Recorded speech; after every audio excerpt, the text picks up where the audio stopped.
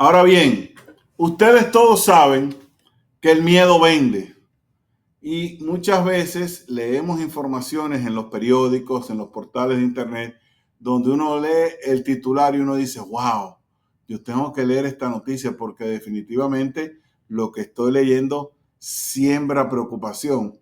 Y esta mañana navegando por los diferentes portales de internet que yo utilizo, me encontré con un titular que dice en inglés, no hay regreso, no turning back. El mercado de Wall Street está preparándose para su peor colapso, para su peor caída desde 1929. Y entonces ahí pausa con un guión y dice, ¿está usted preparado? ¿Su portafolio tiene las herramientas necesarias para sobrevivir esta caída, esto que estamos pronosticando? Lo número uno es que yo no creo que este sea el caso, pero como yo no soy el que sabe de la bolsa, sino que es el gurú bursátil, el señor Alejandro Nava, quiero primero preguntarle, Alejandro, cuando yo te mandé ese link que tú lo leíste, ¿cuál fue tu primera reacción?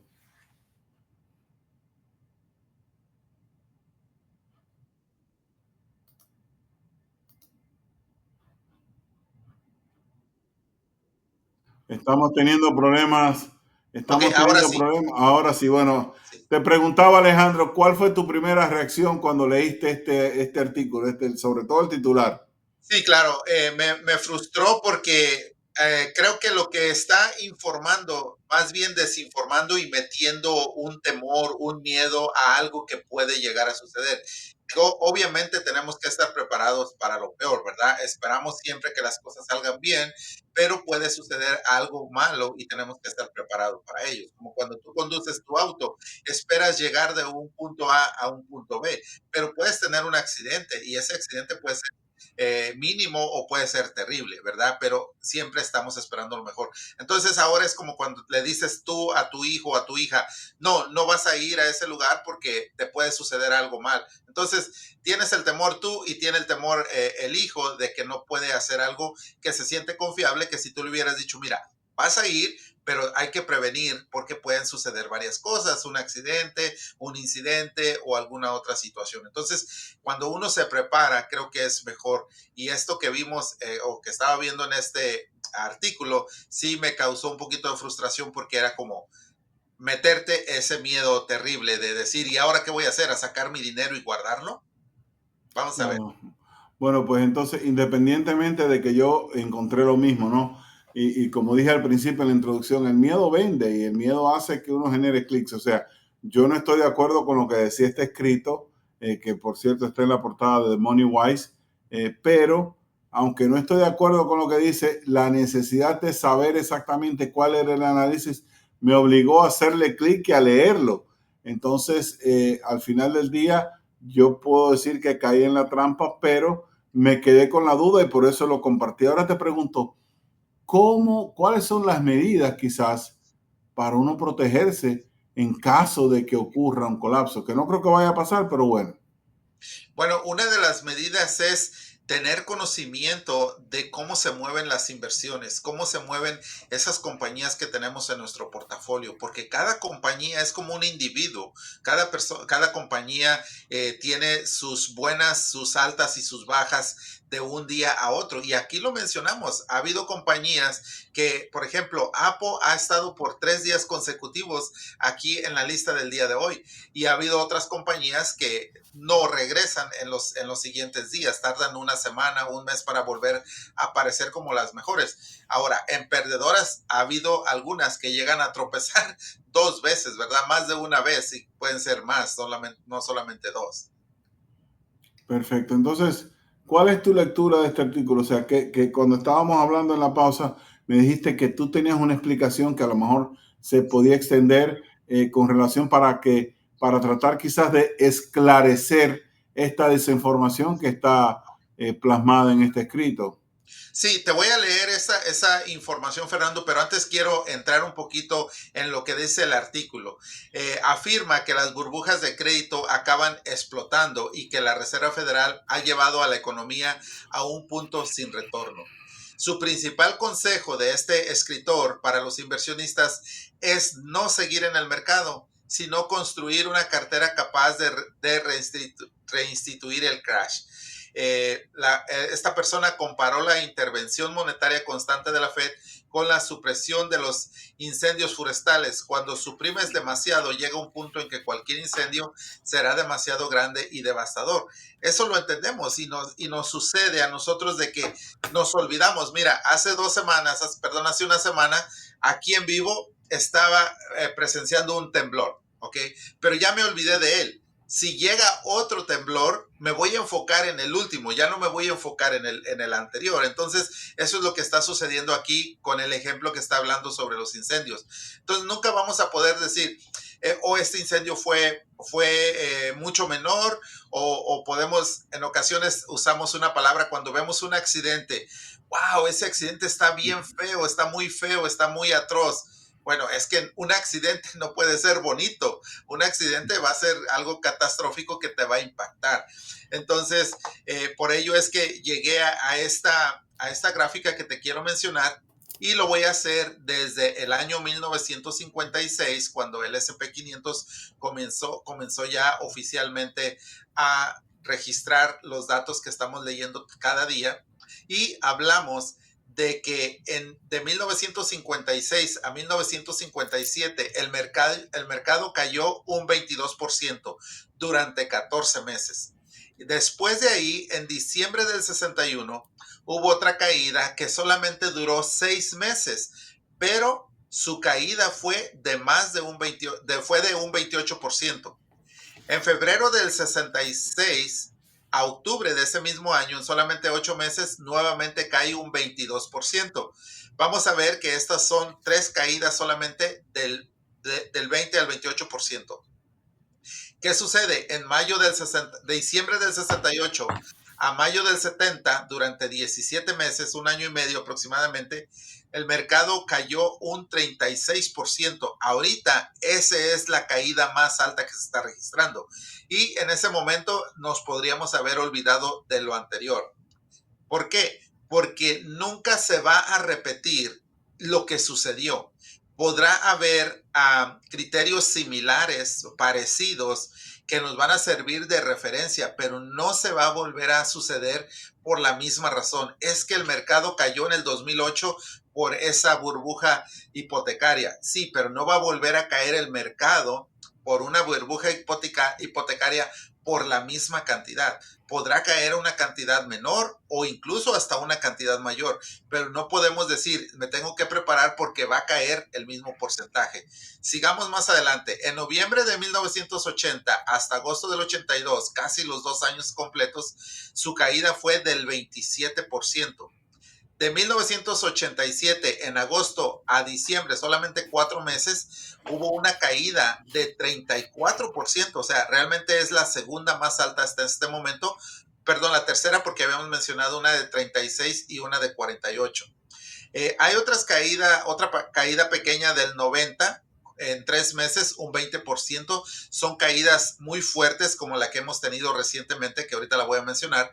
En marzo del 2000 a octubre del 2002, 31 meses de caída, pero vuelvo a repetir la fecha, marzo 2000 a octubre 2002.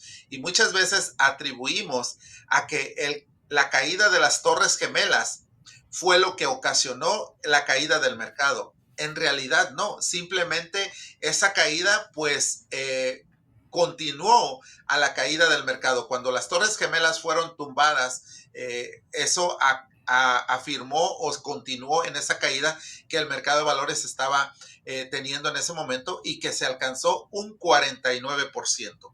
En octubre del 2007 a marzo del 2009, año y medio, fue 56%, lo que estamos hablando de la burbuja hipotecaria, ¿ok? Entonces, ya hemos hablado también como del año 2000, que fue la burbuja .com, también que se llama, después de que todo eso estaba creciendo, todas las compañías estaban aumentando, y vino esa caída enorme de un 49%. Entonces, en la burbuja la burbuja hipotecaria, como algunas personas le llaman, 56% se perdió en el índice S&P 500.